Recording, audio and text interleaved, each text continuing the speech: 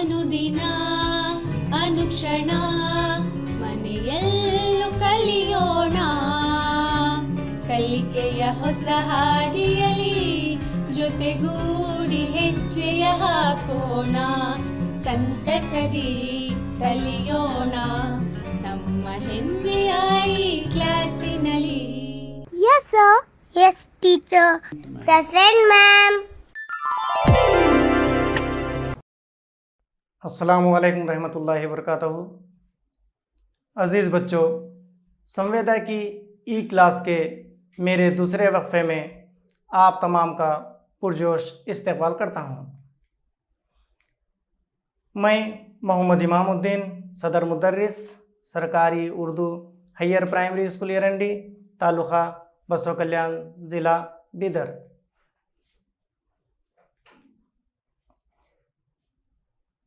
अज़ीज़ तलबा, ये जो आपको नज़र आ रही है ये बुक 4th का मैथ्स है और मैथमेटिक्स जिसे इल्मी रियाजी कहा जाता है, चारुन जमात के लिए है। बाब नंबर यानी सबक नंबर 14 है, वक्त है और सेकंड सेमेस्टर यानी हिस्सा दुवम से है और ये मेरा दूसरा वक्फा है। ये सबक पढ़ने के बाद, इसको सुनने के बाद वक्त को क़ब्ल अज़ ज़वाल और बाद अज़ ज़वाल पहचानना, 2 तारीख़ के दरमियान दिनों का हिसाब करना, ये आपके जहन में आ जाएगा। अज़ीज़ तलबा, इससे पहले पहले वक्फ़े में मैंने आपको चंद सवालात दिए थे होमवर्क यानी घर का काम, घर पे काम करके लाने के लिए। मैं समझता हूँ कि आप तमाम तलबा इस काम को बखूबी अंजाम दिए होंगे। तो जो बच्चे कापियों में करके लाए हैं वो अपने अपने कापियाँ निकालें और चेक करें, क्योंकि मैं यहाँ पर इन सवालात को हल करने जा रहा हूँ।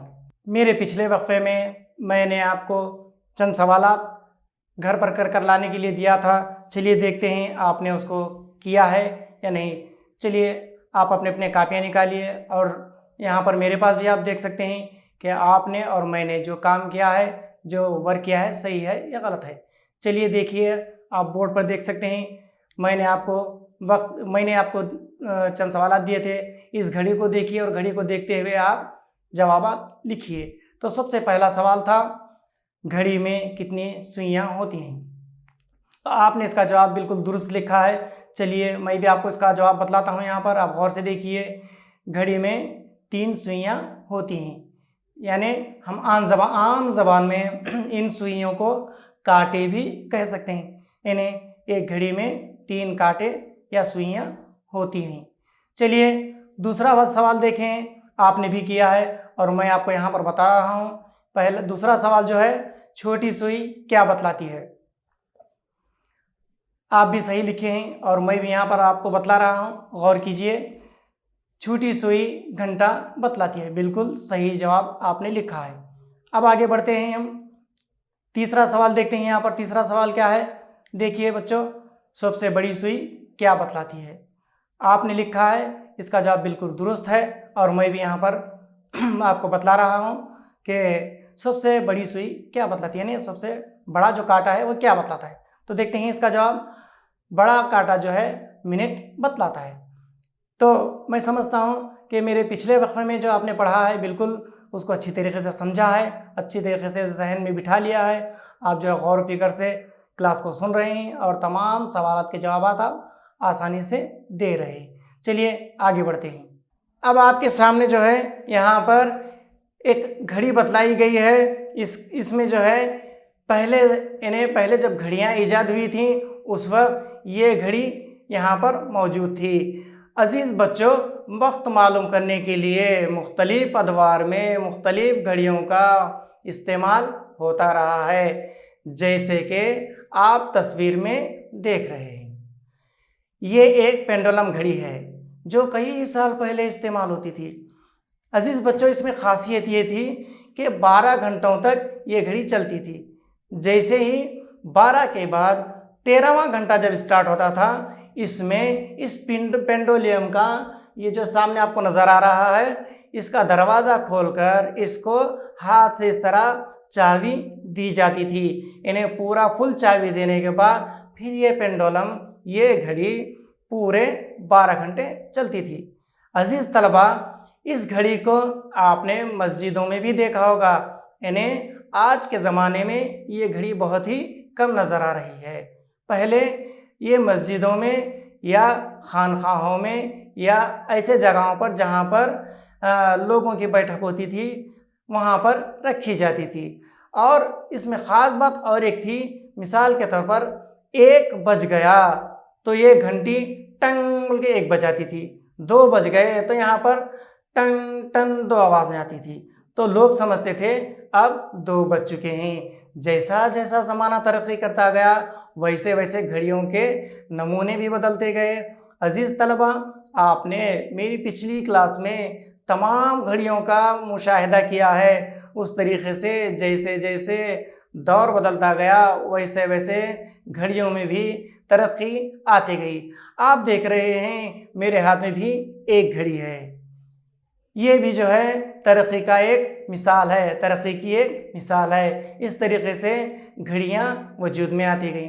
अजीज़ तलबा, आपने गौर किया है कि इन घड़ियों में हम जो है 12 घंटे बताते हैं। इसके अलावा घड़ी में और चीज़ होती है, उसमें 24 घंटे बतलाए जाते हैं। अब आपके सामने यहाँ पर बतलाया गया है, ये जो घड़ी है 24 घंटों की है। 24 घंटे आपको सुनते ही ताज्जुब हो रहा होगा ना? इसमें ताज्जुब की कोई बात नहीं है। आप जब बड़े होंगे, आप जब रेलवे स्टेशन पर जाएंगे या हवाई जहाज़ एयरपोर्ट पर जाएंगे तो आपको ये घड़ियाँ वहाँ नज़र आएंगी।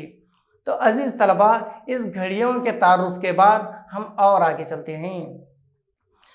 अब अजीज़ तलबा, यहाँ पर एक सवाल है, घड़ी का वक्त करीबी घंटे और मिनटों में पढ़िए। समझ में आया बच्चों? इसको हमें देखना है करीबी घंटे और मिनटों में। चलिए देखते हैं जवाब इसका क्या है। जवाब हमने यहाँ पर लिखा है, आप इसका मुशाहिदा कीजिए, आपको समझ में आ जाएगा। यहाँ पर कितने बज रहे हैं बच्चों? बिल्कुल सही जवाब, 10:15। तो हम इसे इस तरह कह सकते हैं, 10 घंटे 15 मिनट। इस तरीके से भी हम इसे पढ़ सकते हैं। तो अजीज़ बच्चों, आपने देखा पिछले हमने बताया अजीब घड़ी थी, उसके बाद घड़ी हमने बताया 24 घंटों की थी। अब ये जो घड़ी देखा है आपने, यहाँ पर 12 घंटों की घड़ी है। अजीज़ तलबा, हम आगे बढ़ते हैं। इसको जो है हम इस तरीके से भी लिख सकते हैं, 10:15 को हमने कसर में लिखा है, यानी 10 सही 1/4। तलबा, ये 1/4 क्या है आपको समझ में आना चाहिए। 1/4 का मतलब ये होता है पौ हिस्सा। कोई एक चीज़ है, उस चीज़ के हमने 4 टुकड़े किए। यहाँ पर आप देख रहे हैं 4 नीचे हैं, 4 टुकड़े किए हैं, और ये ऊपर आप जो देख रहे हैं आप एक है, एक हिस्सा हमने लिया, यानी पौ हिस्सा हमने लिया। अब अजीज़ तलबा, अब ये मैं क्यों बता रहा हूँ आपको, आप सोचकर ताज्जुब हो रहे होंगे कि 1 किलोग्राम जब होता है उसका आधा होता है 500 ग्राम। उसके बाद 1 घंटा होता है, 1 घंटे का आधा घंटा होता है 30 मिनट। इस तरीके से होता है। मगर अब सोचने की बात यह है, अच्छा बच्चों एक बात बताओ मुझे, कभी आप टेलर की दुकान में गए हैं? बिल्कुल सही, गए हैं। देखो बच्चा कितना होशियार है, कैसे अच्छे से जवाब दिया है इसने कहा है हमने टेलर की दुकान गए हैं और शर्ट का मेज़रमेंट, पैंट का मेज़रमेंट दिया है। बिल्कुल शाबाश बच्चों, शाबाश। इसी तरीके से आपका जाना वहाँ पर होता है। कभी आपने गौर किया है, टेलर जब लिखते हैं शर्ट की लंबाई 25.5, अब 25.5 को हम 25 डालने के बाद उसके आगे सिफर देके 30 नहीं डाल, अशारिया देके 30 नहीं डालते, या 25 लिखने के बाद अशारिया डालकर हम 500 नहीं लिख सकते। उनका भी एक तरीक़ा होता है लिखने का। अजीज़ बच्चों, जब आप टेलर की दुकान में जाएंगे गौर कीजिए 25.5 को वो किस अंदाज में लिखते हैं। उसी तरीके से यहाँ पर हमने आपको बतलाया है, 25 की जगह हमने यहाँ पर 10 डाला है, जो वक्त वो घड़ी बतला रही है। अब उसके बाद जो है 10:15 हो रहे हैं। सवा का मतलब पौ हिस्सा। टेलर उसी तरीके से कहते हैं इन्हें 25.25। अगर टेलर बोल दिया तुम्हारी शर्ट की लंबाई 25.25 इंच है, तो वो क्या करते हैं 25 डालने के बाद आगे एक सही 1/4 लिखते हैं। तो अजीज बच्चों, इसी तरीके से इसका एक हिसाब है। कसर में क्या करते हैं, पौ जहां पर लिखना होता है उसे हम क्या करते हैं 1/4 लिखते हैं। आधा लिखना होता है तो हम उसे क्या करते हैं 1/2 लिखते हैं। पौन हिस्सा जब हमें लिखना होता है हम उसे क्या करते हैं 3/4 लिखते हैं। तो अजीज तलबा, आप अच्छी तरीके से समझ गए होंगे। जब भी आप टेलर की दुकान में जाएंगे आपको इसका ख्याल रखना है। वो जब मेज़रमेंट लिखते हैं उसको ध्यान में रखना है। तो चलिए हम और आगे बढ़ते हैं। इसको हम जो है ये जो 10:15 यहाँ पे बजे हैं इसको 10:15 इस तरीके से कह सकते हैं। चलिए अब और आगे बढ़ते हैं। घड़ी का वक्त कसर में जाहिर कीजिए। अब यहाँ पर लिखा गया है सवाल, घड़ी का वक्त कसर में जाहिर कीजिए। इस तरीके से जब पहले मैंने आपको बताया था उसी तरीके से आपको यहाँ भी करना है। चलिए देखिए, ये घड़ी आपके सामने आ गई है और घड़ी में जो है क्या टाइम हो रहा है 10:45 हो रहे हैं। 10:45 आपको यहाँ पर बताया जा रहा है।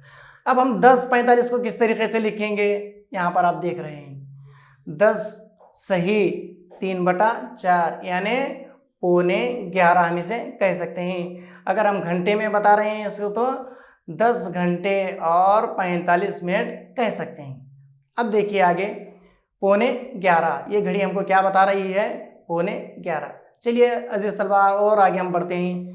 अब यहाँ पर ये घड़ी को आप देख रहे हैं, आप कौन बता सकते हैं, आप में से कोई बच्चा बता सकता है कि ये क्या बता रही है घड़ी।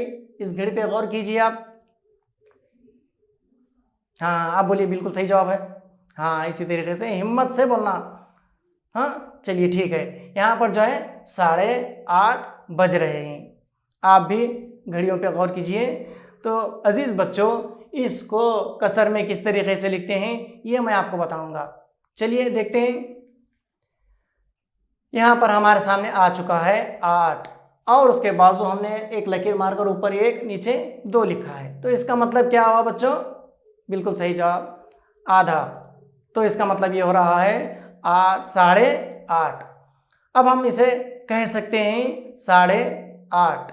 8:30 को उर्दू में भी इस तरीके से लिखा जाता है। आप जहन में रख लीजिए, जहाँ पर आधे की बात आती है कसर में कहते हैं हम उसको 1/2 और जहाँ पर पौन हिस्से की बात आती है हम उसे कह सकते हैं 3/4। अजीज बच्चों, अब और आगे हम बढ़ते हैं। देखें क्या है, गौर कीजिए इस घड़ी पर। इस घड़ी में आपको क्या नजर आ रहा है, अब बताइए।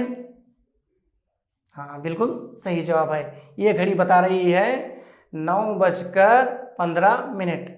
अब हम इसे आम जबान में क्या कह सकते हैं 9:15। बिल्कुल सही जवाब 9:15 को अब हम कसर में किस तरीके से लिखेंगे ये मैं आपको यहाँ पर बताऊंगा, आप भी गौर कीजिए। अजीज तलबा, 9 का 9 आ चुका है। अब यहाँ पर हमने एक छोटी सी लकीर डाल दी है। लकीर के ऊपर 1 है और नीचे 4 है। अच्छा कोई बता सकते हैं आप में से, लकीर के ऊपर 1 है और नीचे 4 है, इसका मतलब क्या हुआ। बिल्कुल सही जवाब, इसका मतलब हुआ पौ हिस्सा। यानी अब हम इसे कह सकते हैं 9:15। बिल्कुल सही जवाब है। इस 9:15 को हम उर्दू में किस तरीके से लिखते हैं आपको ये भी देखना है। चलिए देखिए 9:15 इस तरीके से हमने 9:15 यहाँ पर लिख दिया है। अजीज तलबा, अभी आप छोटे हैं, जब आप बड़े होंगे, जब आप टेलरों की दुकान में जाना आना चालू करेंगे कि मेज़रमेंट देने के लिए, आपके दोस्तों का मेज़रमेंट देने के लिए, तो उस वक्त आप टेलर के साथ ठहर कर देखिए कि वो कसर में किस तरीके से लिखते हैं। आप देखेंगे, आपको जब आपको जहन में आ जाएगा कि हमारे सर ने जो पढ़ाया वो बिल्कुल सही है। इस तरीके से टेलर अपनी दुकान में लिखते हैं। अब हमने कसर में घड़ियों को किस तरह से वक्त बतला रही है घड़ी, उसको हमने कसर में यहाँ पर तमाम वक्त को लिख चुके हैं। अब अजीज़ तलबा, हम और आगे बढ़ते हैं। अब देखिए एक सरगर्मी है, एक सवाल है, मैं आपके सामने दोहरा रहा हूँ। आप ज़रा ध्यान दीजिए इस सवाल पर कि ये सवाल क्या है। 24 घंटों की घड़ी में बतलाए गए वक्त की तरह तुम कोई 2 मवाक़े लिखिए। इस तरह की आम घड़ी आम तौर पर किस लिए इस्तेमाल होती है? सोचिए आप, क्या आप बता सकते हैं 24 घंटों की घड़ी कहाँ इस्तेमाल होती है? तो देखिए कहाँ इस्तेमाल होती है। 24 घंटों की जो घड़ी इस्तेमाल होती है, सबसे पहले है हमारे पास हवाई जहाज़, यानी हवाई जहाज़, यानी जहाँ पर हवाई जहाज़ रुकता है हम उसे क्या कहते हैं? एयरपोर्ट। एयरपोर्ट पर यहाँ पर जो है घड़ी इस्तेमाल होती है वो 24 घंटों की घड़ी। हमारे पास एक मौका हो गया। अब दूसरा मौका आप में से कोई बता सकते हैं? बिल्कुल सही जवाब, आपने बिल्कुल सही जवाब दिया।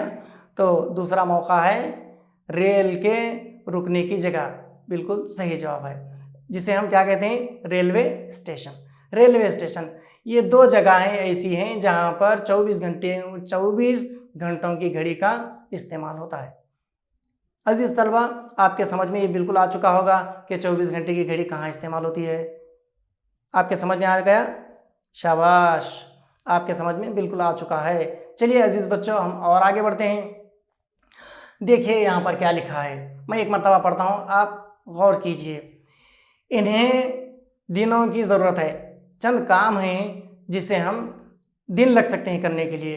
तो आपके सामने एक मिसाल यहाँ पर पेश की गई। मिसाल देखिए, आप गौर कीजिए। मिसाल नंबर 1 है रास्ते को डांबर डालने के लिए। अच्छा, आप बता सकते हैं जब आपके गांव में रोड बनती है तो वहाँ पर क्या क्या डाला जाता है? बोलिए। बिल्कुल सही जवाब, आपका जवाब जो है बिल्कुल दुरुस्त है। डांबर डाला जाता है, रेत डाली जाती है, कंकड़ डाले जाते हैं, ये तमाम चीज़ें बिल्कुल सही है। अब ये करने के लिए हमें कितना वक्त लगेगा, क्या आप बता सकते हैं? बिल्कुल सही जवाब है, दिनों की ज़रूरत है। तो ये काम ऐसे हैं जिन्हें करने के लिए दिनों की ज़रूरत है।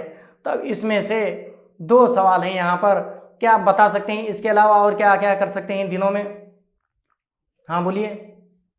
बिल्कुल सही जवाब है आपका। चलिए देखते हैं। आपने कहा नया मकान बनाने के लिए, नया घर बनाने के लिए, आपने कहा बिल्कुल सही जवाब है। या नया कलर करने के लिए बोल के आपने कहा, बिल्कुल सही जवाब है। तो मैंने यहाँ पर क्या लिखा है देखिए, नए मकान को रंग करने के लिए।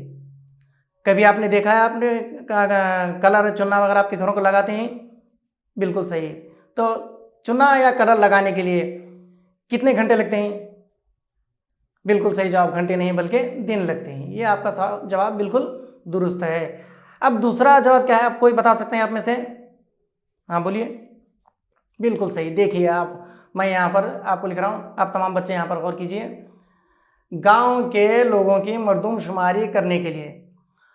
अब गांव की मरदमशुमारी हर 5 साल में आपके गांव की मरदमशुमारी होती है।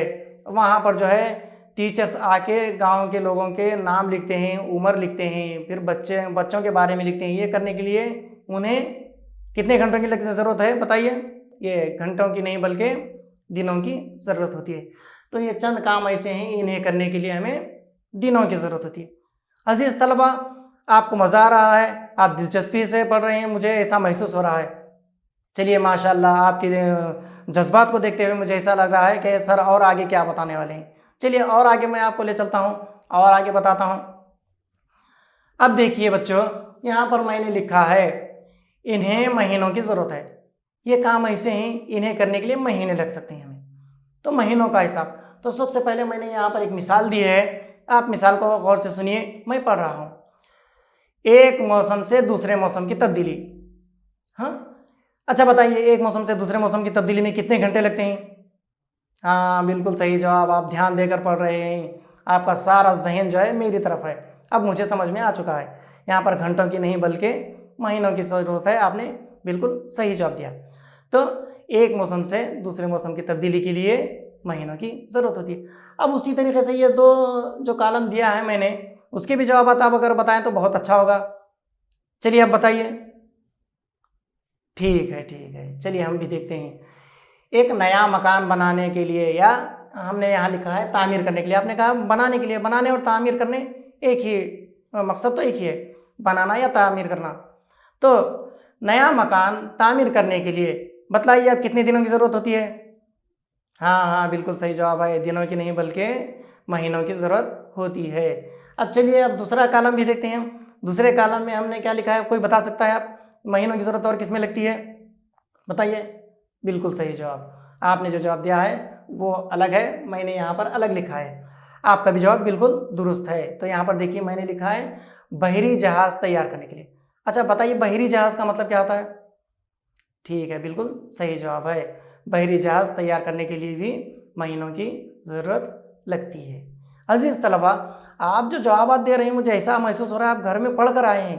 इसी तरीके से हर सब्जेक्ट में पढ़ कर आइए, हर सब्जेक्ट में अच्छी तरीके से परफॉर्मेंस दीजिए। चलिए मैं और आपको आगे लेके चलता हूँ। अब देखिए यहाँ पर मैंने क्या लिखा है, सही वक्त बतलाए जाने वाली कोई 2 सरगर्मियों की फहरिस्त तैयार कीजिए। सही वक्त, चलिए यहाँ पर हम देखते हैं क्या है। पहली मिसाल हमारे पास यहाँ पर है, सुबह 10 बजे स्कूल शुरू होता है और शाम 4:30 बजे स्कूल का वक्त ख़त्म होता है। अब अच्छा आप ये बताइए स्कूल हमारा पहला पीरियड जो है 10 बजे शुरू होता है या आगे पीछे होता है, बताइए। बिल्कुल सही जवाब, ये क्या है, कभी रद्दो बदल नहीं होता। 10 बजे हमारा पहला पीरियड शुरू होता है, यानी स्कूल 10 बजे शुरू होता है। अच्छा ये बताइए शाम में स्कूल कितने बजे बंद होता है? बिल्कुल सही जवाब, हम उसे इस तरीके से भी पढ़ सकते हैं, सब 4:30 बजे, 4:30 इस तरीके से भी हम पढ़ सकते हैं। बिल्कुल सही जवाब है। चलिए एक फहरिस्त हो गई। अब दूसरी फहरिस्त और कोई बता सकते हैं क्या?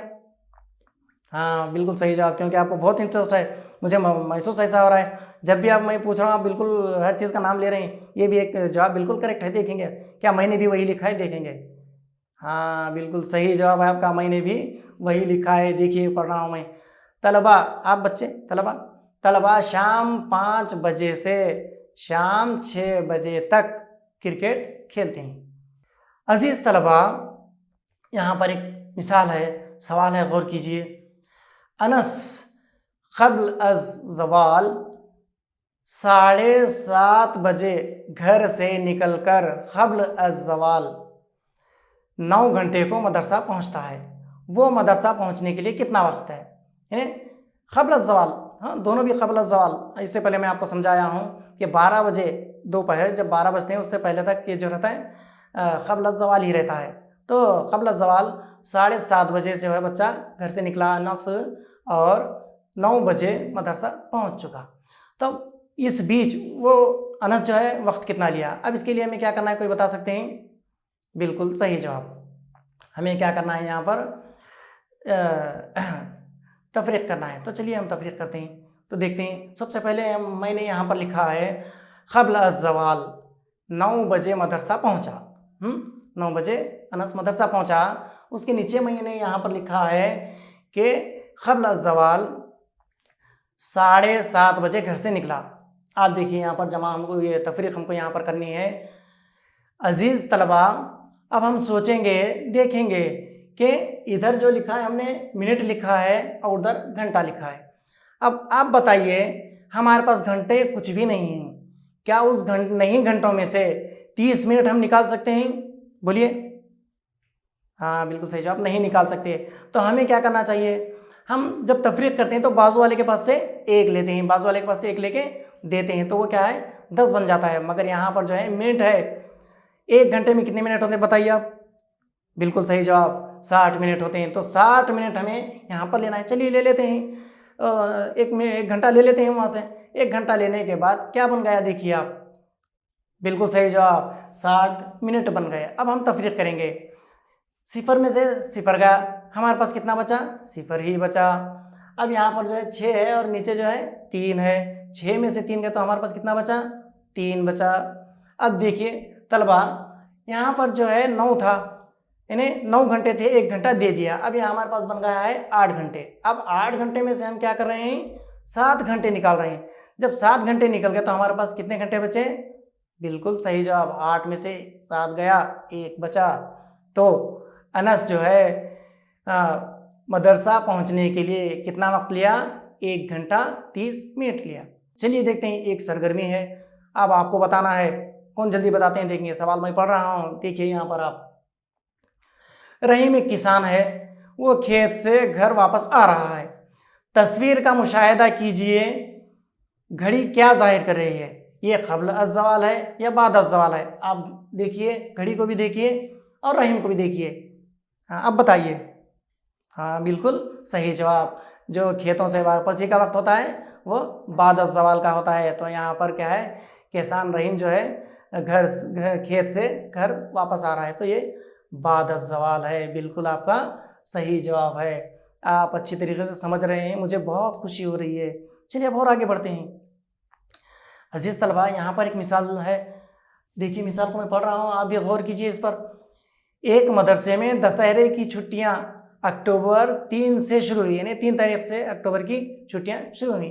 छुट्टियों के बाद फिर से अक्टूबर 31 को मदरसा शुरू हुआ, तो दशहरे की छुट्टियों का वक्फा कितना था?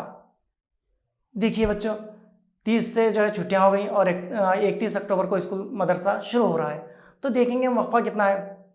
सबसे पहले हम यहाँ पर लिखे हैं मदरसा शुरू हुई तारीख, कब शुरू हुई? 31 तारीख को। और हमने लिखा है मदरसे की छुट्टी की तारीख, यानी मदरसे को छुट्टी कब से थी, तो हम इन्हें यहाँ पर लिखा ऊपर 31 और नीचे 3। चलिए अब इसको हम तफरीक करके देखते हैं। अब बताइए, ऊपर 1 है और नीचे जो है 3 है, 1 में से 3 जा सकता है क्या? बिल्कुल सही जवाब, नहीं जा सकता। तो हमें क्या करना चाहिए?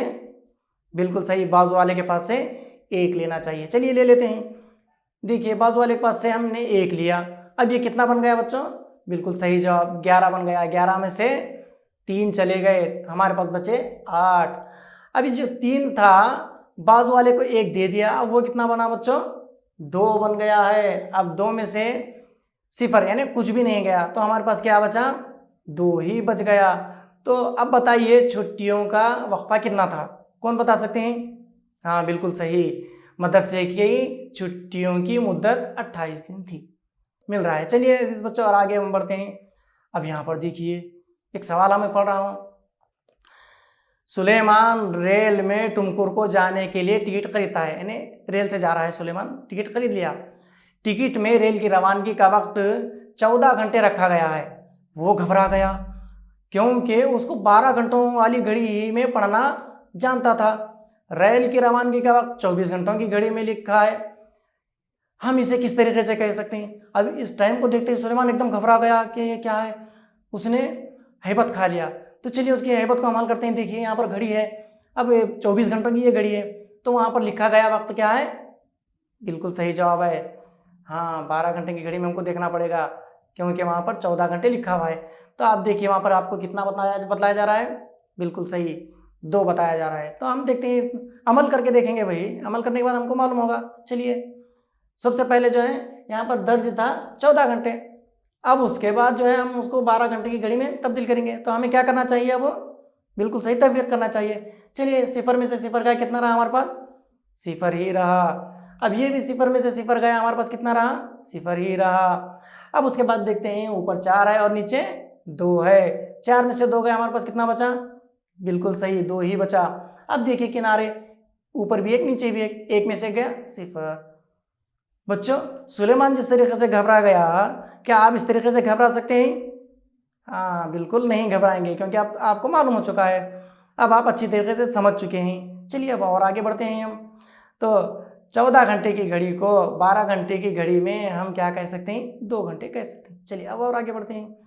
अब आपके लिए जो है यहाँ पर एक छोटे से सवालात, जिस तरीके से आप दिलचस्पी से घर के सवालात करके ला रहे हैं, यहाँ पर भी मैंने आपको घर का काम दिया है। मैं जानता हूँ आप उसकी तरीके से अच्छी तरीके से करके आएंगे, क्योंकि आप अच्छी तरीके से समझ रहे हैं, अच्छी तरीके से आपको मालूमात हो रही हैं। तो चलिए ये सवालात हैं 3, मैं पढ़ रहा हूँ, आप गौर कीजिए।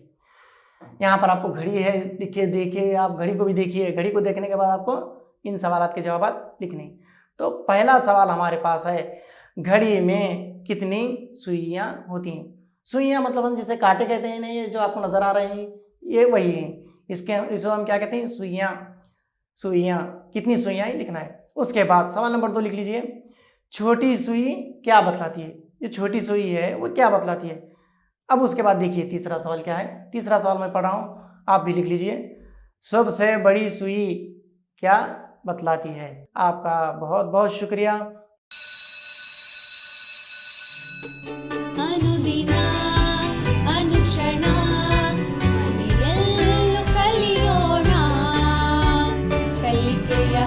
हार्दिक